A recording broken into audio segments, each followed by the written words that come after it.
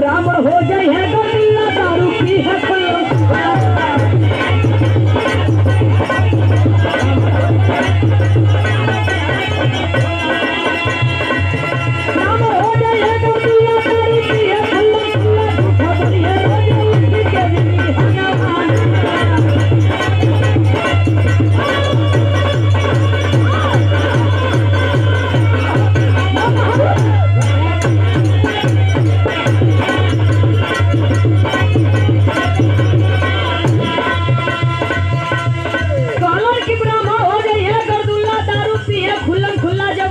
मदिरा पी के यहाँ तो लोग तो चिंता ना रही कि हम कहाँ आई। लेकिन जब सुबह उठियन तो ही धरती मतारी का पाँव पड़ के कहें कि राम राम राम राम बड़ा गलती हो गई।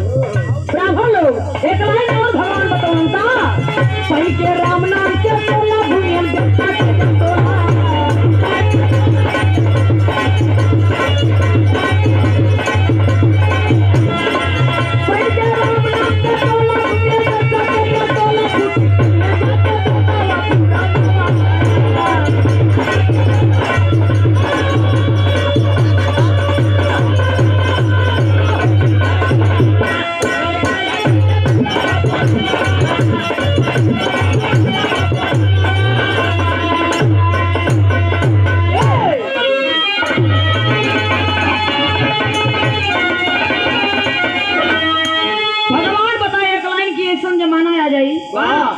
ये धरती पर क्यों चीनी ना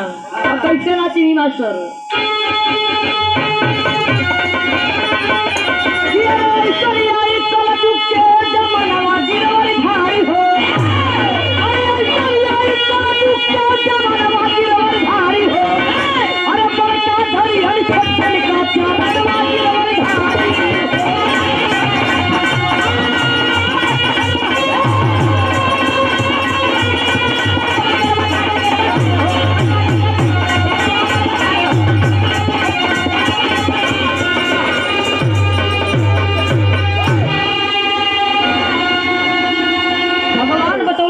जमाना एक आ जाए कि बड़का आदमी छोटकन लड़कन का गोड़ पकड़ लगी। भगवान का बात सुन के अर्जुन जी कहलन वो कैसे कहलन कि जब चुनाव आई तब तो जब चुनाव का समय आवाला चाहे वो लड़का लगत हुई टका से जब चुनाव में चाहे वो विधायकी हो या प्रधानी हो लोग जब चुनाव के लड़के इलेक्शन में जब उठल तो बाबू हो हाथ जोड़ करके लड़का हो या बेटवा हो या भौजाई हो या बाप हो सबके सामने झुक जाना लोग इसलिए कन्हैया जी समझाए कि ऐसा ही कलयुग के जमानवा गिरवरधारी हो। एक बात और कहलन कि अरे आगे देखा माया नगरी नाच सीता मुस्काई हो अरे तू ढेरैया में जात है तू नई सब भाई हो अरे ऐसा किया दुल्हन के जमानवा गिरवरधारी हो पकड़ी कैलक सरवई सही सपनवा गिरवरधारी हो। माया नगरी में लास्ट कलयुग का आखिरी अंत हो। कन्हैया जी बतौलन कि माया नगरी में आपके कलयुग का झांकी ऐजा खत्म हो जाएगी। कन्हैया जी छुप करके अर्जुन जी की दिखावत तो उनकी देखा ये दोनों सब है कहीं मतारी है कहीं बाप का बेटा हुआ लेकिन दोनों सब भाई हुआ। जब माया रूपी जब देखले हो तो बाबू हो एक नारी के रूप पकड़ के एक औरत के रूप बना करके दुल्हन के जब सामने पड़ल तो मन से जौन बड़का भयवा रहल वो नारी का रूप मोहित देख हो गल। रूप देख के जब मोहित भल हो तो एक बात कलश आल्हा के लाइन में कहना होगा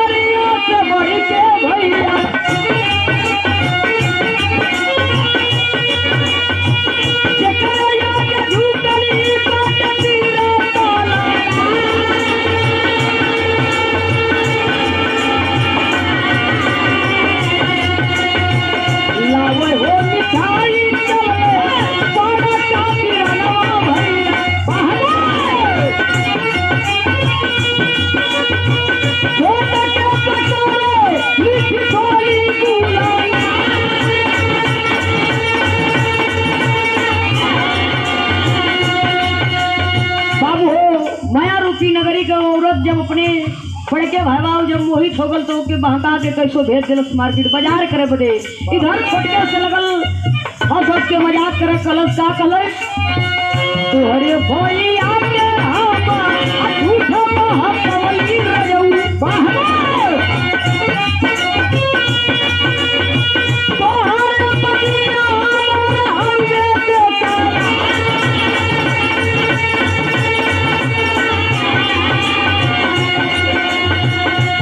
के बचनिया बोला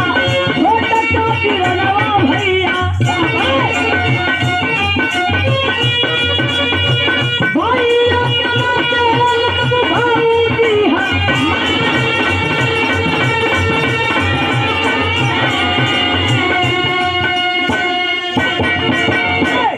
बाबूजी इधर छोटके से छिछोली कर करके मजाक करत हो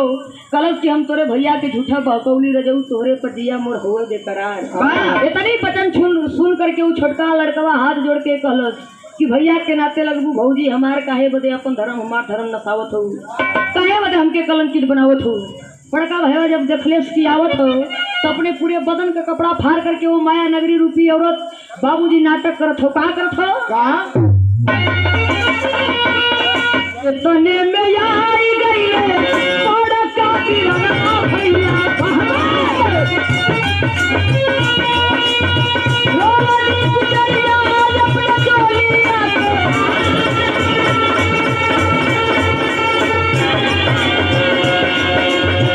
जब चिल्लाई जायल होता लोगवा बताऊं राजा ये तो तोरा छोटा भाई बनिया रे उठा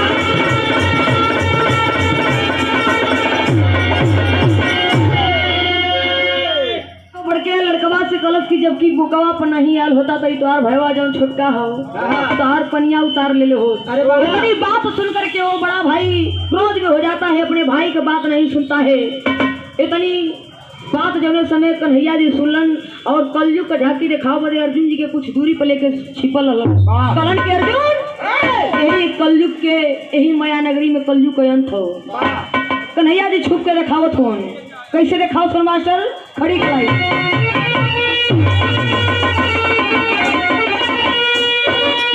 छुप के पूरे जगह से अब देखा जा बुलंदी हरी दोनों भाई तेरी बनवा दी गलती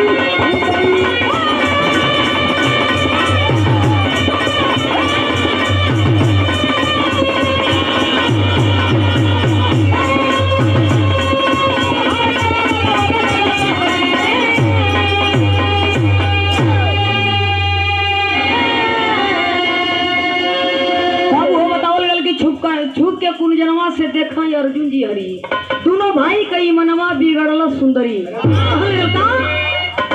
बड़ा भाई का गुस्सा हुआ छोटा भाई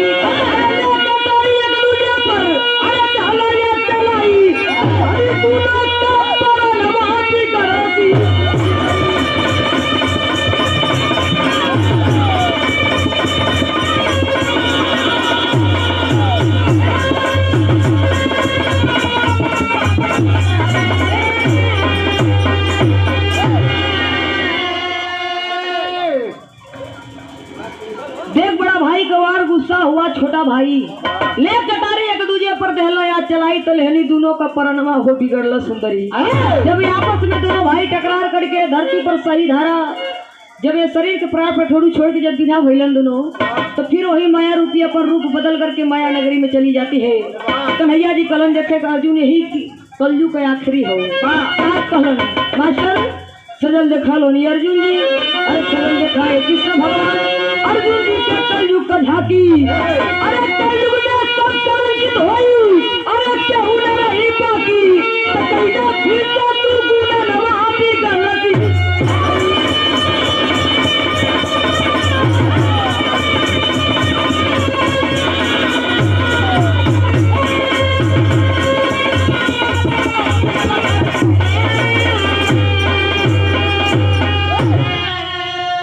सजल दिखाए अर्जुन जी के भगवान कलयुग का झांकी कलयुग में सब कलंकित होई केहू न रही बाकी